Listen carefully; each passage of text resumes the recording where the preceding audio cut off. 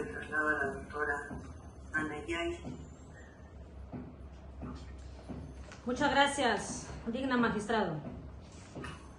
Digna magistrado, la defensa solicita que sea desestimado el pedido de la fiscal de prolongación de impedimento de salida del país por los argumentos que paso a exponer. Digna magistrado, nuestra Corte Suprema de Justicia de la República del Perú, mediante la Sala Penal Permanente en el recurso de apelación 103-2022, de fecha 21 de junio de 2022, estableció criterios para la prolongación del plazo de impedimento de salida. Básicamente, digna magistrado, en el fundamento sexto, el pronunciamiento del Tribunal Supremo refiere que en el ítem 6.1, que el impedimento de salida del país es una medida coercitiva de carácter personal que solo se justifica cuando existen presunciones de que el procesado rehuirá la acción de la justicia. Y la prolongación de esta medida solo puede darse por los presupuestos formales y materiales previstos en el artículo 274, inciso 1 del Código Procesal Penal, que indica cuando la prolongación se da cuando concurran circunstancias que importen una especial dificultad o prolongación de la investigación y del proceso, y que el imputado pueda sustraerse de la acción de la justicia y obstaculizar la actividad probatoria. Asimismo, el Acuerdo Plenario Extraordinario número 117/CIJ-116, expedida por el segundo Pleno Jurisdiccional Extraordinario de las Salas Penales Permanente y Transitoria de la Corte Suprema de Justicia de la República, de fecha 13 de octubre de 2017, exige como presupuestos materiales para la prolongación, que es aplicable a la prisión preventiva, esta prolongación de impedimento de salida del país, por disposición del artículo 296, las siguientes: las circunstancias nuevamente que importen una especial dificultad o prolongación de la investigación y del proceso, la subsistencia del peligro procesal, es decir, el peligro de fuga y obstaculización, y el límite de la prolongación. Por lo tanto, digna magistrado, son estos elementos que deben tomarse en cuenta primordialmente en la evaluación de una posible prolongación de medida de impedimento de salida. Entonces, teniendo en cuenta que siempre tiene un carácter excepcional, toda vez que lo que se quebranta con su duración más allá de lo razonable es el principio de proporcionalidad. En el presente caso, no cuestionamos los presupuestos formales, sino materiales, ya que el fiscal no ha mencionado cuáles son esas circunstancias que importan una dificultad en el proceso. Ya las voy a señalar más adelante. He dicho otras que no están previstas, por cierto, en nuestro código. Y muy por el contrario, es el titular de la acción penal que nos pone trabas, que no nos notifica con tiempo a nuestros correos o a nuestras casillas, y que se le ocurre llevar diligencias inclusive a la hora que considera pertinente. En fin, es otro punto. Lo más relevante, señora magistrado, es que el Ministerio Público, como le decía, no ha mencionado nada sobre los arraigos. No han mencionado nada en lo absoluto que mi cliente está cumpliendo con estas disposiciones, muy por el contrario.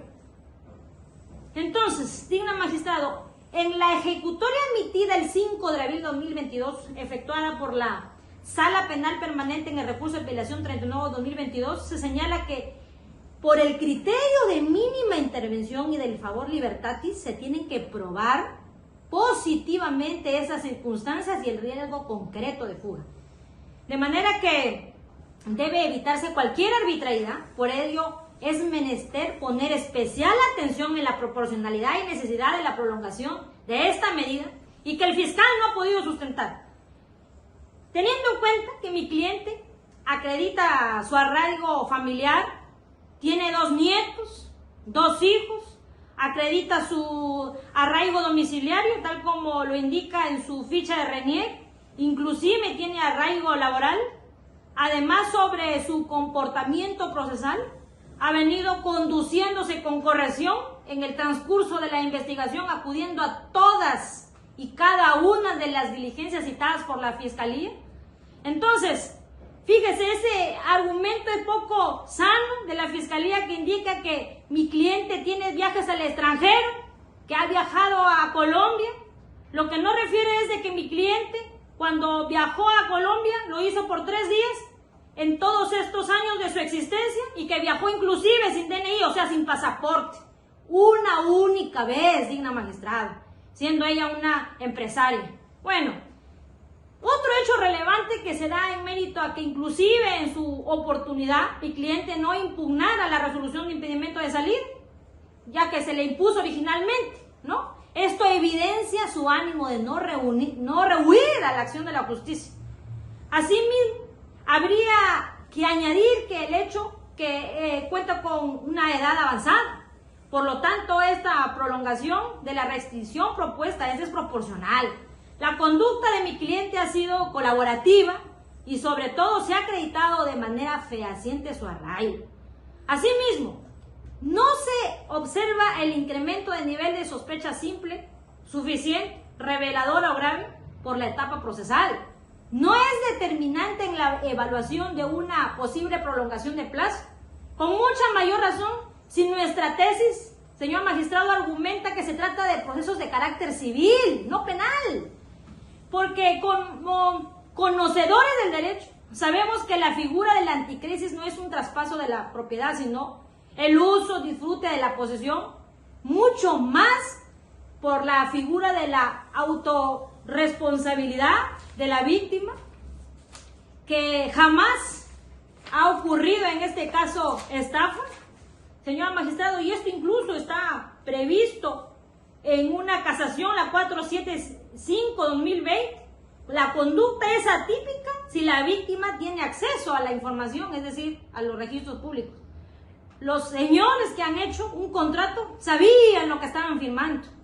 Además, se han atrevido a denunciar por estafa, pero han vivido 3 años, 2 años, 4 años en los bienes inmuebles argumentados por la tesis fiscal. Y fíjese, en los contratos que ha hecho alusión el Ministerio Público, y quiero ser muy sucinta, tengo a la mano diversos contratos, una serie, pero solamente lo más relevante: contrato de anticresis firmado entre Mónica Mamani Cáceres y la propietaria. ¿Qué dice? Cláusula primera: la propietaria declara ser locadora única y oficial del inmueble ubicado en la avenida Infancia 442 en el distrito de Huanchac. Y miren lo que dice: ya que de común acuerdo, repito, de común acuerdo entre las partes, la señora Mónica pasará a vivir al distrito de Huanchac, de la urbanización Santa Chico 108. Entonces, ellos tenían pleno conocimiento que mi clienta no era dueña. Tenían derecho a la información, hay un contrato, no se trata de personas iletradas, señora magistrado, y aquí está, con firma legalizada. Y así son todos los contratos, absolutamente todos. Contrato de alquiler, celebrada entre que forman parte de la tesis fiscal. La propietaria declara ser locadora única oficial del inmueble ubicado en Infancia. Nuevamente, de común acuerdo entre las partes, pasará a vivir al departamento ubicado en Huanchac, urbanización Progreso, avenida Tupac Amaru, B5, departamento 203. Mire, otro.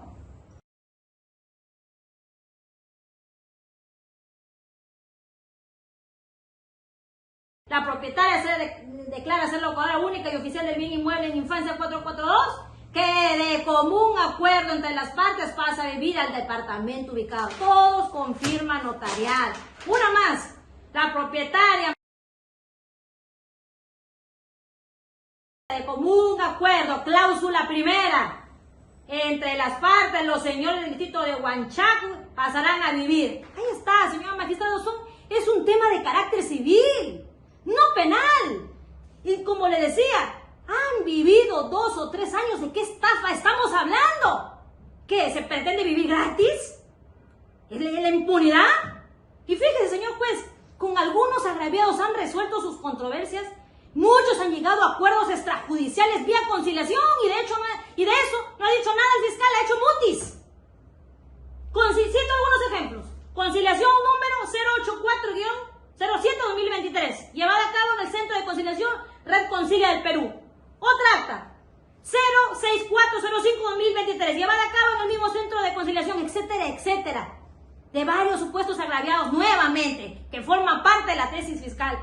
Están en plena también algunas personas en conversación con mi cliente, pero mi cliente, ¿por qué no ha aceptado? Porque le exigen, fíjese usted, habiendo vivido 3-4 años la devolución total. No sé si se ha visto eso, señor magistrado.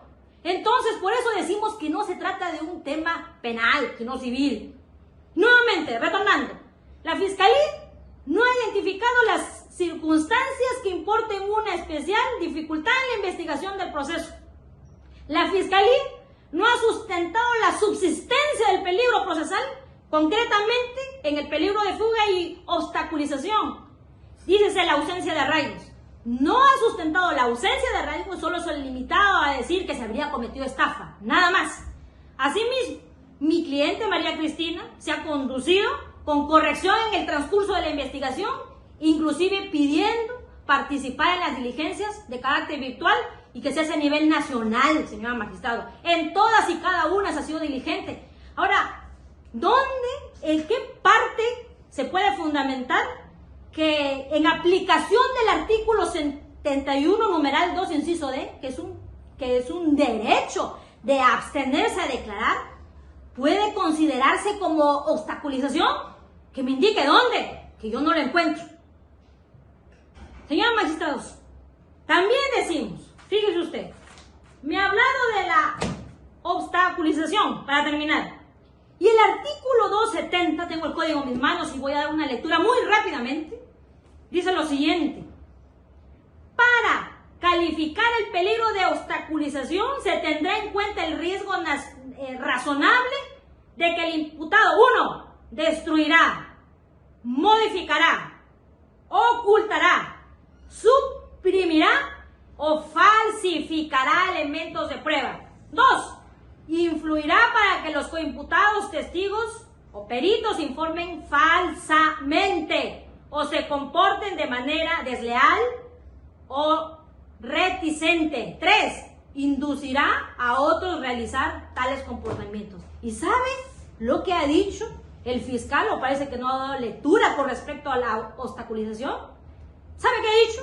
Y lo hemos escuchado todos en esta sala, que es obstaculización porque hay pluralidad de agraviados. ¿Qué es obstaculización? Porque es complejo, el proceso es complejo. Y porque se ha abstenido a declarar, ¿eso es obstaculización? Acabo de dar lectura de manera literal los presupuestos de la obstaculización, que parece que el fiscal no ha dado lectura sobre ello y que le invito a leer. Por las razones expuestas, la prolongación del plazo de la medida de impedimento de salida del país en contra de mi cliente no supera el test de proporcionalidad, por lo que corresponde declarar de plano infundada la solicitud del fiscal de prolongación de impedimento de salida del país. Muchas gracias.